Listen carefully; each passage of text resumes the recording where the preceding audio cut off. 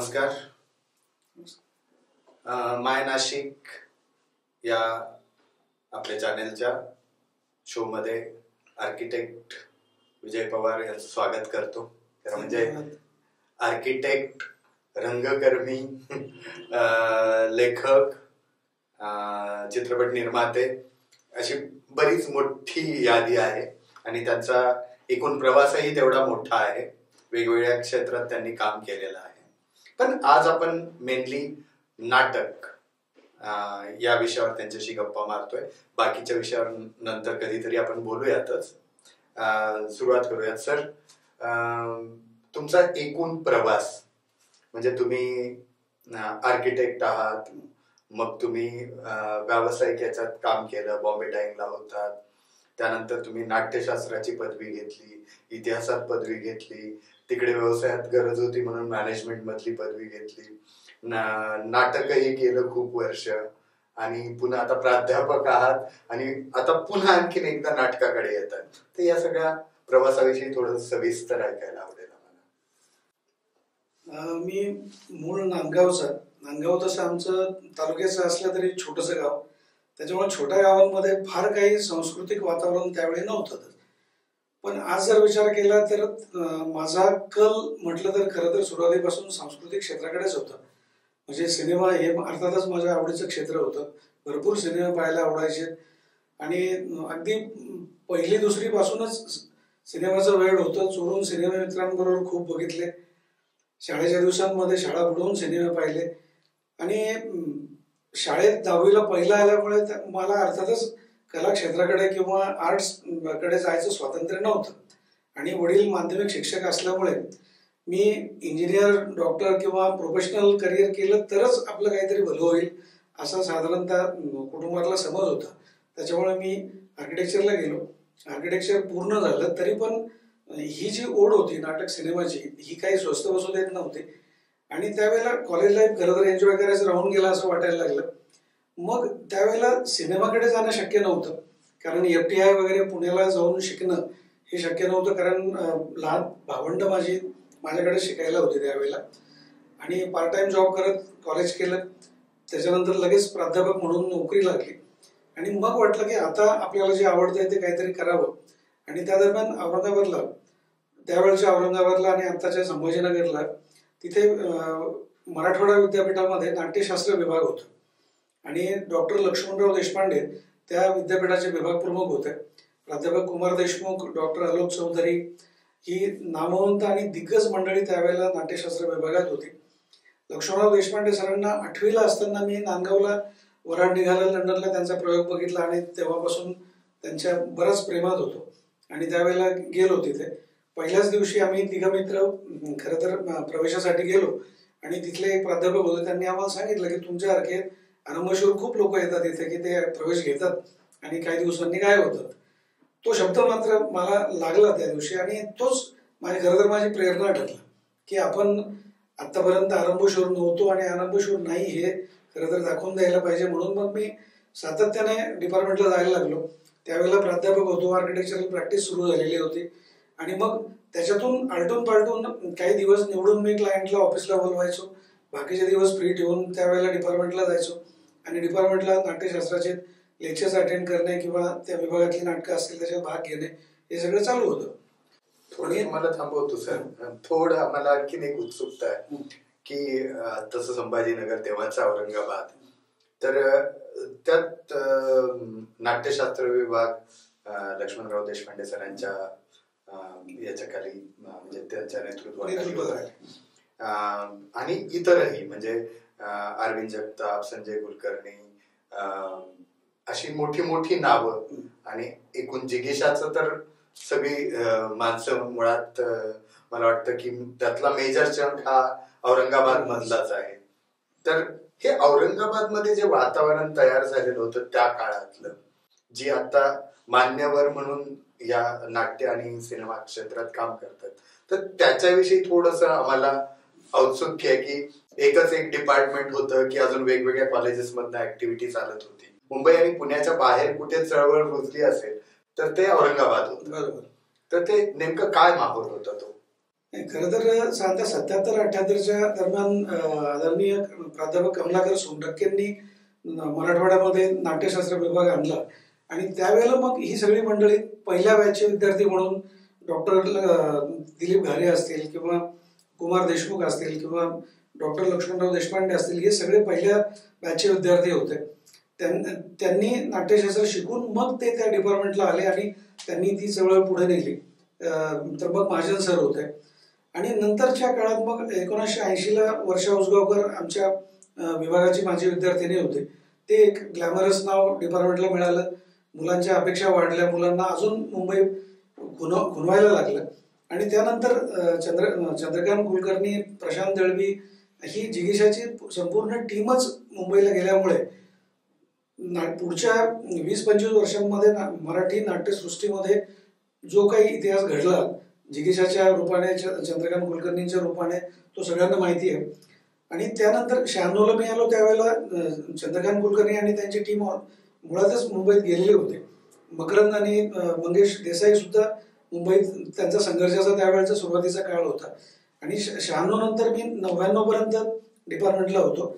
त्यावेळेला गीता अग्रवाल की जी आता 12th फेल आणि लापता लेडीजमध्ये खूप सुंदर भूमिका तिने केल्या, ती त्यावेळेला माझ्या 1 वर्ष पुढे होते. अरविंद जगताप सरस्वती भुवनला होता. म्हणजे सरस्वती भुवन आणि नाट्यशास्त्र विभाग विद्यापीठामधला हे 2 कॉलेजेस होते. पण दोन्ही कॉलेजेस वेगळी असली तरी अतिशय खेळीमेळीचं वातावरण आणि इकडचे कलावंत तिकडच्या नाटकांमध्ये काम करायचे, तिकडचे इकडे काम करायचे, अशा पद्धतीचं त्यावेळेचं वातावरण होतं. प्राध्यापक अजित दळवी दुसऱ्या कॉलेजला प्राध्यापक होते, पण तेही विभागात इकडे ते आणि प्राध्यापक अनुया दळवी आमच्याकडे यायचे. म्हणजे मुळातच औरंगाबाद मधल्या नाट्य चळवळीमध्ये असलेली सगळी दिग्गज मंडळी त्यावेळेला आम्हाला प्राध्यापक म्हणून लाभली. यामुळे खरं तर आमच्या जडणघडणीमध्ये त्यांचा फार मोठा वाटा आहे. किंवा जे काही शिकायला मिळालं नाटकातलं ते या सगळ्या मंडळींकडून शिकायला मिळालं. आणि 98ला माझं लग्न झाल्यावर दुसऱ्या दिवशी मी ड्रामॅटिकचा पेपर द्यायला गेलो होतो. म्हणजे तेव्हाही नाटकाचं वेळ काही स्वस्त बसू देत नव्हतं तेव्हा. आणि मग ड्रामा संपल्यानंतर कुमार देशमुखांचं त्यावेळेला नाट्यरंग नावाचं बॅनर होतं की ज्या नाट्यरंगाने नाट्य चळवळीत खूप मोठं योगदान मराठवाड्यामध्ये दिलं. 1978ला त्यांचं स्मारक हे नाटक राज्यनाट्याच्या अंतिमला पहिलं आलं होतं. आणि मग त्यांनी आम्हाला परवानगी दिली की तुम्हाला इच्छा असेल तर तुम्ही नाटक करा. त्यावेळेला हेच वाटलं की अरे आता डिपार्टमेंट संपलंय, डिग्री मिळाली आहे, पण नाटक चालू राहिलं पाहिजे. म्हणून आम्ही मग नाट्यरंगाकडून नाटक करायला लागलो. पहिल्या वर्षीच ध्यानीमनी मी दिग्दर्शित केलं होतं आणि ध्यानीमनीचे नंतर बरेच प्रयोग झाले. आम्ही जवळजवळ 10 प्रयोग त्यावेळेला केले. आणि त्यावेळेला ध्यानीमनी विभागात करत असताना पद्मनाभ पाठक आणि सुजाता देशमुख हे माझे 2 मित्र की जे सरस्वती भुवनचे होते, तरीही त्या भूमिकेसाठी मला ते पाहिजे म्हणून मी अगदी अट्टासाने देशपांडे सरांकडून परवानगी घेतली आणि योगायोगाने मग आमची टीम तयार झाली. आणि त्या दरम्यान खूप चांगली चांगली नाटकं वाचण्यात आली. म्हणजे विजय तेंडुलकरांचं कन्यादान असेल किंवा लोककथा 78 असेल किंवा हमीदाबाईची कोठी झालं, रखेली झालं किंवा ध्यानीमनी. आणि हे सगळं वाचताना ध्यानीमनी ज्या वेळेला वाचलं त्यावेळेला वाटलं की 4च कॅरेक्टर्स आहेत, अतिशय सशक्त पटकथा आहे आणि प्रशांत दळवींनी उत्तम नाटक त्यावेळेला हे लिहिलेलं होतं. ते व्यावसायिकला येऊन गेलेलं होतं. शिवाजी साठम आणि नीना कुलकर्णींनी त्याच्यात भूमिका केलेल्या होत्या आणि ते मी योगायोगाने बघितलेलं नव्हतं. त्याच्यामुळे माझ्यावर कुठलंही इम्प्रेशन त्या नाटकाचं नव्हतं. ते बघितलेलं नव्हतं म्हणजे ठरवून बघितलं नाही असंही नाही, पण त्यावेळेला तेवढे पैसे पण नसायचे कारण एका नाटकात 3 सिनेमे पाहून व्हायचे. त्याच्यामुळे मग नाटक पाहण्यापेक्षा सिनेमे बघू असा एक कल असायचा. आणि मग ते नाटक करायला घेतल्यावर नंतर ते बघितलं नाही, अजूनही नाही बघितलं. त्यामुळे त्याचा सेट करताना मी स्वतंत्रपणे मी माझा विचार केला. त्या दिग्दर्शन करतानाही त्या कलावंतांना भूमिका समजून देताना आणि त्याच्यामध्ये जी मूळ नाटकात महेश मांजरेकरांनी भूमिका केली होती डॉक्टर समीरची, ती मी पहिल्या प्रयोगामध्ये केली होती. आणि पद्मनाभने आणि सुजाताने मुख्य भूमिका त्यातल्या केल्या. आणि नाटकाचा विषय आणि मूळ संहिता इतकी सशक्त होती की नेमकी योगायोगाने त्याच वेळेला, जसं मी आधी सांगितलं की माझी बायको त्यावेळेला प्रेग्नंट होती आणि नेमकं त्याच विषयावरचं ते नाटक होतं. म्हणजे संवाद इतके अंगावर येणार होते की नंतर तिला भीती वाटायला लागली की अरे हे जे चाललंय कदाचित याचा काही परिणाम नको व्हायला. हो, ते सायकोसोमॅटिक म्हणजे मूल असणं आणि नसणं, आणि नसतानाही ते मूल आहे किंवा ते आपल्याला वाटतंय आपलं मूल आहे आणि आपल्याबरोबर आहे, ह्या भूमिकेतून ते शेवटपर्यंत जाणारं नाटक त्या पहिल्याच प्रयोगामध्ये प्रेक्षकांना फार मोठा म्हणजे धक्का बसावा अशा पद्धतीने ते नाटक झालं होतं. त्यानंतर मग नागपूरला त्याचे प्रयोग झाले, लातूरला प्रयोग झाले, परभणीला प्रयोग झाले, आणि मग पुढची 7-8 वर्ष आम्ही सलग औरंगाबादला नाटक केलं. भारत सासनेंनी आमच्यासाठी दुष्यंत लिहिलं, धनंजय सरदेशपांडेंनी आमच्यासाठी दर्पण, नंतर उलगुलान, प्रत्यंचा अशी 3 नाटकं लिहिली.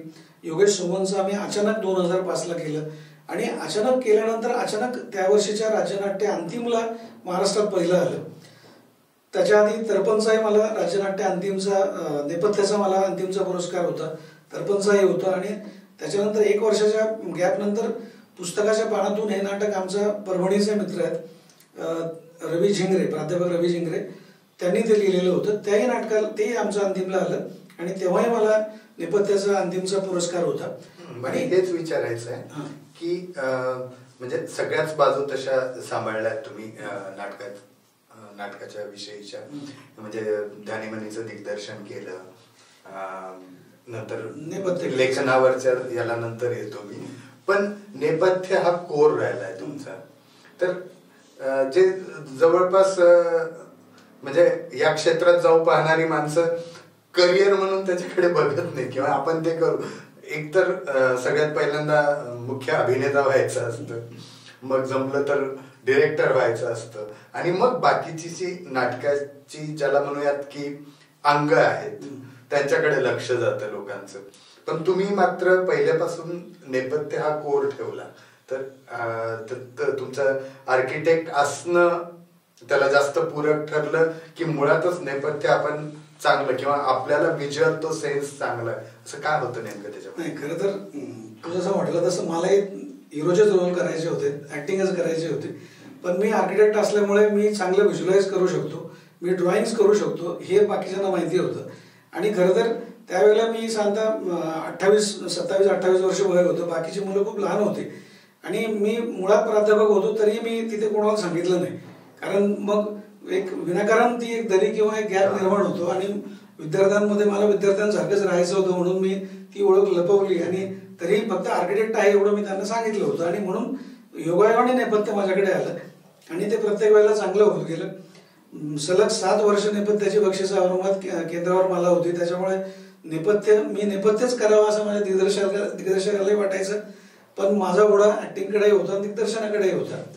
पण तिथे नेपथ्य झालं ते मोहन तोंडवळकरांनी बघितलं आमचा अंतिमचा प्रयोग, आणि त्यांनी आम्हाला व्यावसायिकला संधी दिली. आणि अचानक व्यावसायिकला आलं. त्याच्यामध्ये आम्ही मूळ नाटकातले आम्ही 4 जण होतो. म्हणजे लेखक योगेश सोमन, दिग्दर्शक म्हणून पद्मनाभ पाठक, नेपथ्यकार म्हणून मी, आणि प्रकाश योजनेसाठी आमचा मित्र शैलेश देशमुख, आणि आम्ही 4 मुंबईला गेलो. तिथे अशोक समर्थ, चेतन दातार या सगळ्या लोकांबरोबर अचानक करता आलं. त्या वर्षीच्या सगळ्या पुरस्कारांमध्ये अचानकने बाजी मारली, आणि झी गौरवचे 5 झी गौरव आम्हाला होते, त्यातला नेपथ्याचाही मला मिळाला. आणि त्याच्यातून व्यावसायिकला एक चांगली सुरुवात होईल असं वाटलं होतं. पण परत माझ्याकडे दोन्ही पर्याय उपलब्ध होते, एकीकडे आर्किटेक्चर होतं, एकीकडे नाटक होतं. पण आर्थिक गणितांचा विचार केला तर नाटकातून खूप पैसे मिळतील असं किंवा करिअर घडेल असं त्यावेळेला फार वाटलं नाही, आणि हे आजचं प्रोफेशन सोडावं हे पण धाडस खरं तर त्यावेळेला झालं नाही. आता ते चूक की बरोबर हे आता येणारा काळच ठरवेल ते.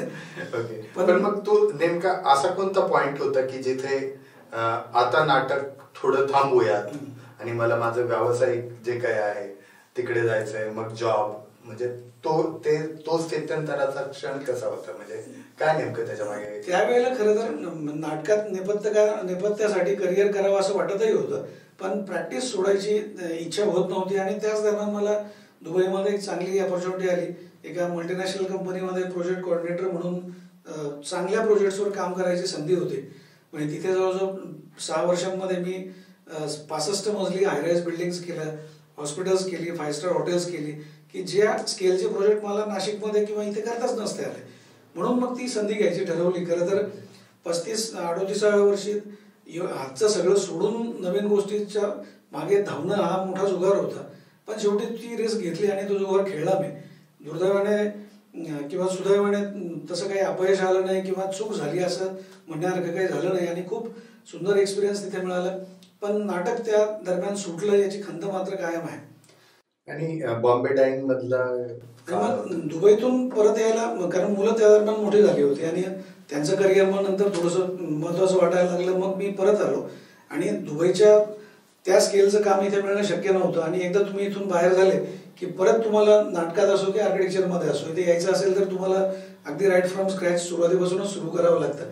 मग मी कॉर्पोरेटमध्ये गेलो. कॉर्पोरेटमध्ये चांगल्या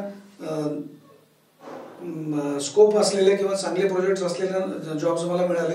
बॉम्बे डाईंगमध्ये मी तिथे चांगल्या हुद्द्यावर होतो आणि चांगले तिथे जवळजवळ 55 मजली बिल्डिंग्स च्या प्रोजेक्ट कोऑर्डिनेटर म्हणून मी तिथे होतो. डेप्युटी मॅनेजर, जनरल मॅनेजर होतो. पण हे करताना मग परत तब्येत आणि कुटुंब या सगळ्या गोष्टींचा विचार करता नंतर मग मी जे माझं सुरुवातीचं फील्ड होतं की अकॅडमिक्समध्ये मी परत वळलो की खूप जास्त स्ट्रेस घेऊन शेवटी याला अंत नाही आहे की किती कमवले पाहिजे आणि किती स्ट्रेस घ्यायचा की जो तुमच्या तब्येतीला झेपेल की नाही, हा सगळा विचार करून मग मी परत अकॅडमिक्समध्ये आलो. आणि अकॅडमिक्स मध्ये येताना तुम्ही नाशिकला आलात? नाही, आधी मी पुण्याला गेलो होतो. अच्छा. कारण पुण्यामध्ये मी डी.वाय. पाटीलला मी व्हाईस प्रिन्सिपल होतो. आणि अकॅडमिक्समध्ये उलट ह्या वेळेला मी जास्त आत्मविश्वासाने आणि खूप मोठं मटेरियल किंवा शिदोरी माझ्याबरोबर मी दुबईतल्या अनुभवाची घेऊन आलेलो होतो. त्याच्यामुळे मुलांना माझ्याकडून हे सगळं हवं होतं आणि त्यांना जे मी काही अनुभवलं किंवा मी केलं ते ऐकण्यामध्ये त्यांना खूप रस होता किंवा त्यांना माझ्याकडून ते सगळ्या गोष्टी समजून घ्यायच्या होत्या.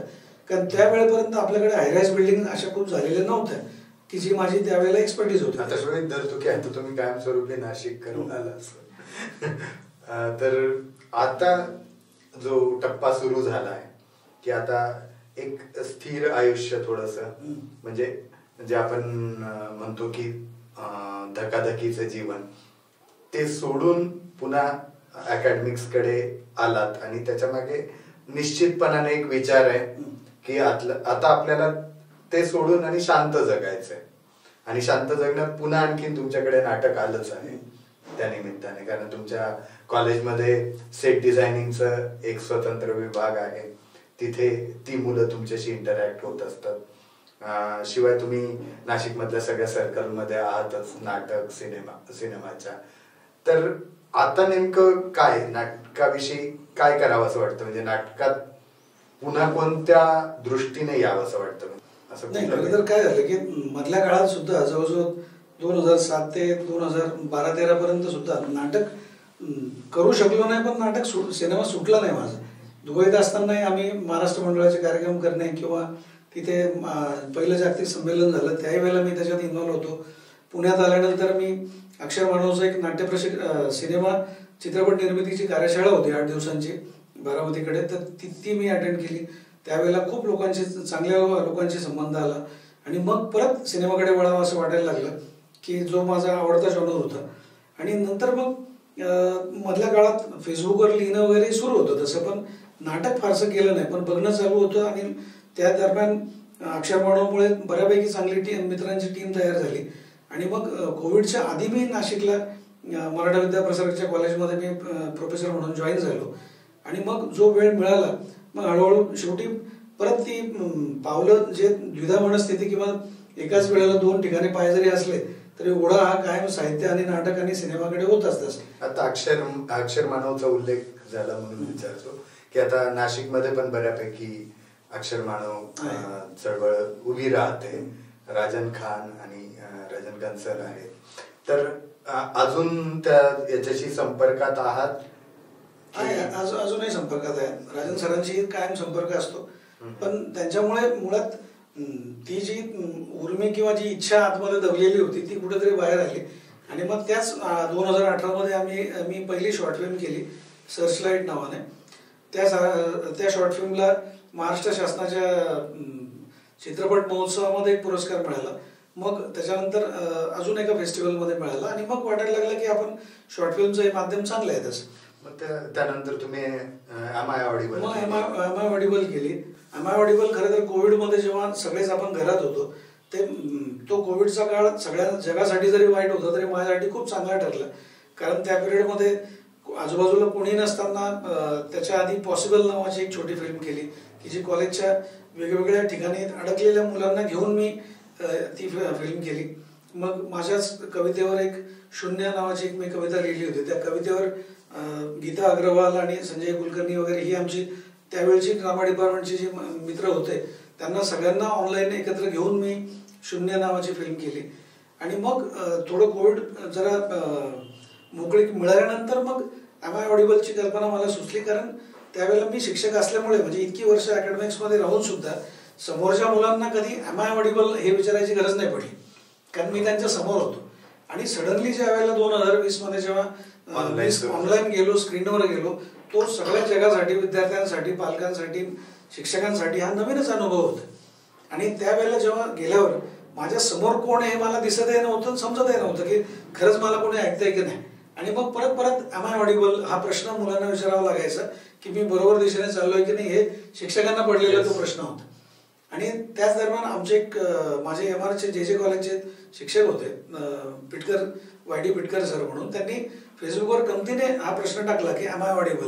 आणि त्याच्यातून मग मला याची कल्पना सुचली की अरे याच्यावर एक चांगली फिल्म होऊ शकते. कारण एकीकडे शहरातली मुलं जी आहेत ती सगळ्या सुविधा असताना सुद्धा अतिशय विचित्र पद्धतीने वेगळ्या फेजमधून ती चाललेली होती की अभ्यासाचा कंटाळा किंवा या माध्यमाशी ते जुळून घेत नव्हते.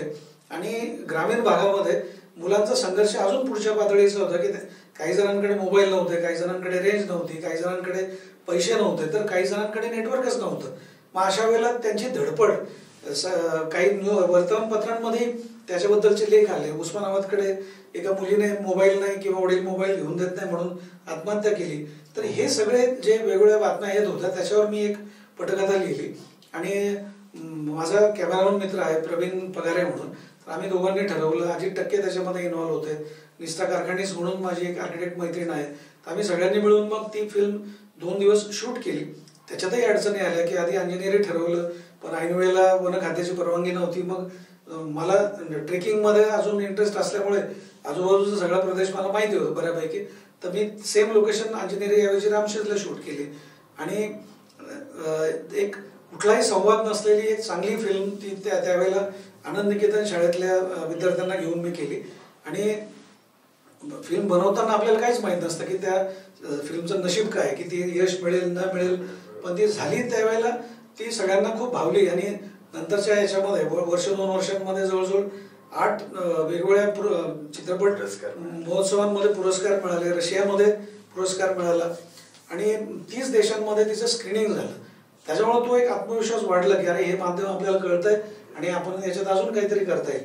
मग पुढच्या वर्षी मला त्या फिल्ममुळे आमच्या आर्किटेक्ट असोसिएशनची एक डॉक्युमेंटरी मला मिळाली. आमचे एक सिनियर आर्किटेक्ट आहेत, आर्किटेक्ट कारखानीस, की त्यांच्या करिअरला 50 वर्ष झाली म्हणून त्यांना जीवनगौरव पुरस्कार दिला. तर त्यांची डॉक्युमेंटरी करायची होती, ती मी सौमित्र नावाने त्यांची 50 मिनिटाची डॉक्युमेंटरी केली आणि ती आवडली सगळ्यांना, म्हणजे खूप छान झाली. ती डॉक्युमेंटरी बघून उद्यमेव जयते नावाची एक नाशिकच्या औद्योगिक विकासावरची एक डॉक्युमेंटरी माझ्याकडे आली आणि ती डॉक्युमेंटरी मी 2023 मध्ये केली. आणि ह्या दरम्यान मग म्हणजे डॉक्युमेंटरी सिनेमा हा विषय चालूच होता. मध्ये सफरचंद नावाच्या एक सिनेमामध्ये एक छोटासा रोल होता, भूमिका होती, ती अभिनय मी तिथे केला आणि एक प्रकारे नाटक नाही पण सिनेमा सुरू झाला. पण आता पुन्हा आणखीन एक जागतिक अनुभव तुम्ही घेतला. तुम्ही म्हणजे तुमचं भ्रमण तर झालेलंच होतं वेगवेगळ्या देशांमध्ये, पण युक्रेनच्या युद्धानंतर बदललेली परिस्थिती आणि तिथला अनुभव याच्यावर तुमचं पुढचं लिखाण सुरू आहे. ती थोडीशी प्रोसेस की एखादी गोष्ट दुरून माहीत असणं आणि एखाद्या गोष्टीमध्ये आपण स्वतः असणं आणि स्वतः असल्यानंतरचा अनुभव आणि त्या अनुभवातनं आपलीच माणसं त्या गोष्टीवर कसं व्यक्त होत आहेत याचा पर्स्पेक्टिव्ह, अशा वेगवेगळ्या पर्स्पेक्टिव्हने तुम्ही या युक्रेन युद्धाच्या भारतीयांच्या बाबतीत विचार करतात, त्याच्यावर लिहितात, तर त्याच्याविषयी थोडंसं ऐकायला आवडेल. लिखाण खरं तर मी कधी लेखक होईल असं मला काही कधी वाटलं नव्हतं, पण छोटे छोटे आर्टिकल्स लिहिणं किंवा काही भावलेल्या गोष्टी किंवा न आवडलेल्या गोष्टींवर लिहिणं हे अधूनमधून मी करायचो. म्हणजे मोबाईल वर लिहिणं हाच माझा त्यावेळेला आवडता प्रकार होता. कारण बसून अगदी पॅड घेऊन लिहिणं हे त्या माझ्या धावपळीमुळे मला शक्यच नाही झालं. पण दुबईत असताना सुद्धा कविता सुचली की मी त्यावेळेला मराठी टाईपबोर्ड नव्हतं, तर मग मी रेकॉर्ड करून घ्यायचो आणि नंतर मी ती लिहून काढायचो. आणि हे करताना मला वाटलं की मध्यंतरी त्याच प्रकाराचं पुढचं व्हर्जन म्हणून लडाख डायरी नावाचं पुस्तक माझं लिहिलं गेलं. आणि नंतर 2023 मध्ये जेव्हा युक्रेन वॉर झालं, फेब्रुवारी 2023 मध्ये जेव्हा सुरू झालं, त्यावेळेला त्याच्या 15 दिवस आधी माध्यमांमध्ये, इलेक्ट्रॉनिक्स माध्यमांमध्ये त्याची भरपूर चर्चा चालली होती. प्रत्येक बातमीमध्ये रशिया युक्रेन त्याचे भारतावर काय परिणाम वगैरे वगैरे सगळ्या चर्चा. आणि आता युद्ध थोड्याच वेळात सुरू होणार अशा प्रकारचं वातावरण पेटवायचा कार्यक्रम सगळ्या चॅनलने चालवलेला होता. आणि त्याप्रमाणे युद्ध सुरू झालं. दुसऱ्या दिवशी सकाळी बातमी कळली की युद्ध सुरू झालंय. मग काही जणांना शेअर बाजाराची चिंता होती, काही जणांना आता काय होईल किंवा युक्रेनचं आपलं निर्यातीचं धोरण जे काही असेल त्याचा परिणाम कसा होईल वगैरे हे सगळं सुरू होतं. आम्हाला फक्त बातम्या कळण्यापलीकडे फार काही एवढं सिरियसली जाणवलं नाही. पण दुसऱ्या दिवशी मला लक्षात आलं की अरे माझ्या एका मावस बहिणीची मुलगी तिथे मेडिकलसाठी युक्रेनला कीवला गेलेली होती. तर ते जाणवल्यावर मग सडनली लक्षात आलं की आपल्या घरातलं कोणीतरी आहे तिथे. म्हणून मग मी तिला फोन केला. तर ती प्रचंड ट्रॉमामध्ये होती आणि तिने सांगितलं की विजू आम्ही त्याच प्रोसेसमध्ये आहोत आणि आम्ही तिच्या संपर्कात आहे. मी कळालं की मी तुला सांगते. आणि तिने फोन ठेवून दिला. मग मी पण तिला फोन नाही केला, कारण लक्षात आलं की घरातला माणूस जेव्हा युद्धात अडकतं तेव्हा हे त्या घरातला असल्याशिवाय ते कळत नाहीत. आणि मग काही 8-10 दिवस गेले. त्याच्यानंतर मग तिचा फोन आला की तिची मुलगी क्षितिजा ती परत आली. आणि त्या दिवशी न्यूज चॅनलने तिला कव्हर केलं की मग त्यांचे नेहमीचेच प्रश्न, कसं वाटलं, काय झालं वगैरे वगैरे सगळं. आणि त्याच्यानंतर मग 8-1 दिवसांनी मी निवांत तिच्याशी बोललो. तेव्हा मला त्या प्रश्नाची तीव्रता कळाली की म्हणजे तुमच्या शेजारीच कुठेतरी बॉम्ब पडतोय सकाळी पहाटे 3-3:30 वाजता आणि तुम्ही रूममध्ये एकटे आहात. आईवडील हजारो किलोमीटर दूर भारतात आहेत आणि त्यावेळेला तुम्हाला हे सगळं निभावून न्यायचं आहे किंवा आता काय करायचं. आणि तिकडे पालक कंटिन्यू मोबाईलवर तिच्याशी संवाद साधतायत. तिला सांगतायत की तू मोबाईल बंद करू नको किंवा तू बॅटरी तुझी डाऊन होऊ देऊ नको किंवा तू दुसऱ्या कोणाचेही फोन उचलू नको. कारण काळजीपोटी जरी आपल्याकडे लोक फोन करतात तरी त्या काळजी पलीकडे त्या समोरच्या माणसाची अवस्था काय होईल हे इकडे बसून आपल्याला जाणवत नाहीत. आणि म्हणून त्यांनी पहिली सूचना तिला दिली की आता कोणाचेही फोन घेऊ नको, कोणालाही तिकडच्या परिस्थितीवर काही चर्चा करू नको, तू फक्त इकडे संपर्कात राहा आणि तिथल्या भारतीय वकिलांशी संपर्कात राहा आणि त्यांच्या याच्याप्रमाणे बाहेर कसं पडता येईल आणि इकडे कसं येता येईल याचा प्रयत्न करा. पण दुर्दैवाने आपल्या विद्यार्थ्यांची माहिती पूर्ण त्यावेळेला कॉन्सुलेटकडे नव्हती असं तिच्याकडून कळालं. काही इस्रायल आणि अमेरिकेची मुलं 8-10 दिवस आधीच देश सोडून गेलेले होते. आणि मग त्यांनी जो काही ट्रॉमा किंवा जो काही संघर्ष त्यांच्या वाट्याला आला तो एखाद्या सिनेमापेक्षा किंवा नाटकापेक्षा अजिबात कमी नव्हता. आणि त्याच वेळेला मला एक जाणवलं की मुळात नाटकातला, सिनेमातला आणि साहित्याचं व्यासंग असल्यामुळे एक लक्षात आलं की आपल्याकडे मराठीमध्ये नाटकांमध्ये किंवा सिनेमात सुद्धा विनोद असला तरच सिनेमा होतो किंवा विनोद असला तरच नाटक चालतं असा सरळ समज आहे. आणि जे जागतिक नाटककार आहेत शेक्सपियर सारखे त्या लोकांची नाटकं भाषांतरित करून आपण आपल्याकडे मॅकबेथ, हॅम्लेट वगैरे करतो. पण आपल्या एखाद्या इश्यूवर, आपल्या एखाद्या समस्येवर किंवा जागतिक समस्येवर मराठीत नाटक झाल्याची उदाहरणं तशी फार कमी आहेत. माझ्याही लक्षात नाही आली ती. आणि मग त्यावेळेला तिच्याशी मी बोललो तर वाटलं की याच्यावर काहीतरी लिहायला पाहिजे. काय लिहायला पाहिजे फॉर्म माझा क्लिअर नव्हता. मग वाटलं की कादंबरी लिहावी का किंवा एखादी कथा लिहावी का. पण मग त्याच दरम्यान एक एकांकिका स्पर्धा होती आणि मग सहज वाटलं की याच्यावर एखादी एकांकिका लिहू. आणि ती लिहायला सुरुवात केल्यावर अर्थात माझा पहिलाच प्रयत्न होता लिखाणाचा नाटकाच्या संदर्भातला. आणि सुरुवात केल्यावर मग अजून एक कॅरेक्टर ऍड करावं असं वाटलं. मग परत 2-3 तिच्या मित्रांची कॅरेक्टर ऍड करावीशी वाटली. पण याला पूर्ण बेस तिने मला जे काही वस्तुस्थिती तिथली युद्धभूमीवरची जी सांगितली होती ती सगळी गुंफून म्हणजे सत्य घटनेवर आधारित नाटक म्हणता येईल अशा पद्धतीचं ते लिहिता ते जवळजवळ 2 अंकी नाटकापर्यंतचं ते नाटक झालं. आणि युक्रेन युद्धामध्ये असलेली विद्यार्थिनी आणि इकडे असलेले तिचे पालक म्हणजे एकपात्री प्रयोग करण्याच्या मनस्थितीत मी असताना ते द्विपात्री आणि द्विपात्रीचं ते अजून 1-2-3 कॅरेक्टर्स ऍड झाली. तर अशा पद्धतीचं नाटक झालं ते तसं. आणि तो आता विषय आणि मग त्याच्यामध्ये हेच होतं की हा विषय म्हणजे युक्रेन आणि रशिया यांच्यात ज्या वेळेला युद्ध होतंय आपल्याला काय फरक पडतोय, पण ज्या वेळेला आपल्या घरातली एखादी मुलगी असते त्यावेळेला तो फरक मलाही पडतोय. पण त्यावेळेला समाजाचा तिच्याकडे बघायचा दृष्टिकोन की अरे हे तिकडे गेलेत म्हणजे मग ही जबाबदारी भारताची आहे का, त्यांची सुटका करण्याची जबाबदारी आपली आहे का, किंवा त्यावेळेला मग तिच्या पालकांना वाटतं की या देशाने किंवा इथल्या सरकारने माझ्या मुलीसाठी काहीतरी करावं किंवा तिची सुटका करावी. की इतर देशांमधनं इतर देशातल्यांनी त्यांच्या मुलांना जसं पटकन उचललं तिकडे नेलं तसं ती तत्परता आपली नव्हती, तर थोडस पालकांना वाटू शकतं. नाही, पण तरी या मधल्या काळामध्ये जी काही युद्ध झाली म्हणजे सुषमा स्वराज होत्या किंवा आताच्या मुलींच्या गव्हर्नमेंटमध्ये, त्याच्या आधी यमनमध्ये किंवा इराणमध्ये किंवा इराकमध्ये जिथे जिथे युद्ध झाली तिथून आपल्या सगळ्या लोकांना त्यांनी इव्हॅक्युएट केलं. युक्रेनमधून सुद्धा आपल्या विद्यार्थ्यांना जवळजवळ 16-17 हजार विद्यार्थी युक्रेनमध्ये होते आणि त्यांची सगळ्यांची सुटका करण्यासाठी पोलंड आणि रोमानियाच्या बॉर्डर्स त्यांनी खुल्या करून घेतल्या. मध्ये 3 दिवस युद्ध थांबवलं.